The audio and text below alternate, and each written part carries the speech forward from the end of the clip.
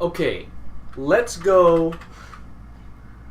I'm staying on the dramatic side. Let's go to LA for the clip show. And what a depressing, just like, it fit perfectly with how all their other seasons go. Just depressing, and it was a slow death. So it wasn't like normal playoffs. Oh, it was Clippers. swift, and they got swept. It was like, no, they lost Blake. They hung in there. They stuck around for a Game 7 against, a healthy Utah Jazz. Joe Johnson just slowly just snuffed them out. It was really good. And Gordon Hayward. Gordon Hayward was nasty in the last few games. I'm kidding. Yeah, he's amazing. We have huge problems in LA now. We have huge questions. Yeah, it's time to hit the panic button. Chris Paul, free agent. Yeah. Blake Griffin, free agent. JJ Redick and I think Jamal Crawford are also going to be free agents, which JJ Redick, good riddance. They don't need him. He was horrible. He can still be good. He still needs to get a change. He needs to go somewhere else. That's what I'm saying. He's been terrible the last year or so. Where do the Clippers... Because, we talked about it when we watched those games, and it was just like... Those are three phenomenal players, but just something doesn't work.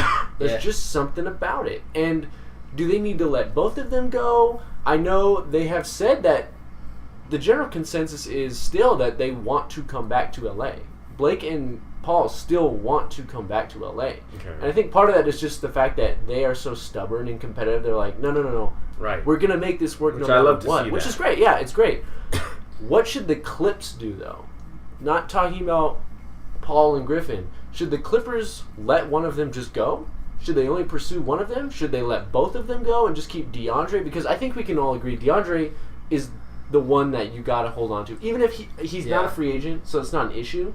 But you do have if you had to pick from those three right now, you pick the guy who hasn't been injured and has done the most damage. I think the funny thing is all three of those guys they all year long they put up real numbers. The numbers that you would expect them to put up. It's the supporting cast. It's horrible. It is terrible. Jamal Crawford, I love that guy. I used to Cavs. I used to love to watch Jamal Crawford in his younger days. He doesn't have it anymore. No, I'm sorry, Jamal. He doesn't have that anymore. He has that once every month. Yeah. A game or two. JJ has looked terrible. JJ was awful. Lukashar Mbamute is not really paying off like I think they would like. They field him a lot. Yeah. He's on the court a lot. Yeah. I think they need to get rid of everybody except they could probably keep Austin Rivers because he's young. He's the only young player on that entire team. He's athletic. And he's a good role player. I think we've talked about it. Role player. As much as we bash him and Doc and the nepotism jokes, Daddy's special little boy. That kid is good. Yeah. He's a quality role player on that team. He's a farthead. Decent. Yeah, but he'll give you everything he's got. Yeah. He'll give everything he's got. He does what he needs to do to get it done. And you're right. It's such an old team. And I think the biggest issue that we talked about, and you mentioned it, and you were very right on this, there's no excitement anymore behind the Clippers. It's a fear. It's just everybody's afraid because they know something terrible is going to happen when they get to the playoffs. Instead of, man, I'm so excited, Lob City. Right. And they need something to kind of get it going again. And I think that's why I think they should let Griffin go, try to keep Paul, and maybe bring somebody in, somebody else young and a little exciting in to help them kind of jumpstart it again. Right. I absolutely think that's what they need.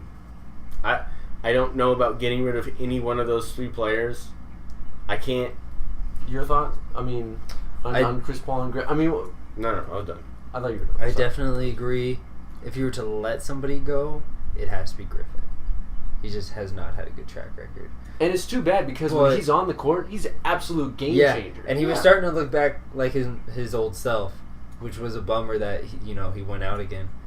And I could honestly see Chris Paul just finally hitting this point in his career where he's like, I just got to get to a team that's going to win me a ring. Right. And I have a thought of where he could end up. Please. And I will bring this up later. You're going to bring it up later? Yes. Okay. All right. Blake needs to go somewhere with a better health staff underneath. Phoenix. He needs to go to Phoenix. Honestly, they could keep him playing Yeah. through the season, I don't think the Clippers health staff is anything to write home about. I don't think any other health staff besides Phoenix is really that incredible. When people think of Phoenix, they mention our health staff, Yeah. which is insane. Yeah. That's what you would even talk about. That's like saying, man, New York, Madison Square Garden, they got the best hot dogs in that place. And I mean, players just flocking to MSG so they can get some of those hot dogs. To play for It's that. like it's kind of an obscure thing to talk about, but it means that they're really, really good at what they do. Yeah. I think that'd be a We're good still thing. close enough to LA because I know he likes that area and stuff, so Yeah, you can go visit Chris. it's not too far away. Go dunk on people. Yeah. He can still smash the Lakers 4 times a year. Yeah. Come on, it's a lot of fun, Blake. Yeah. So there you go. There you have it. There's our Clippers look on the aftermath of that.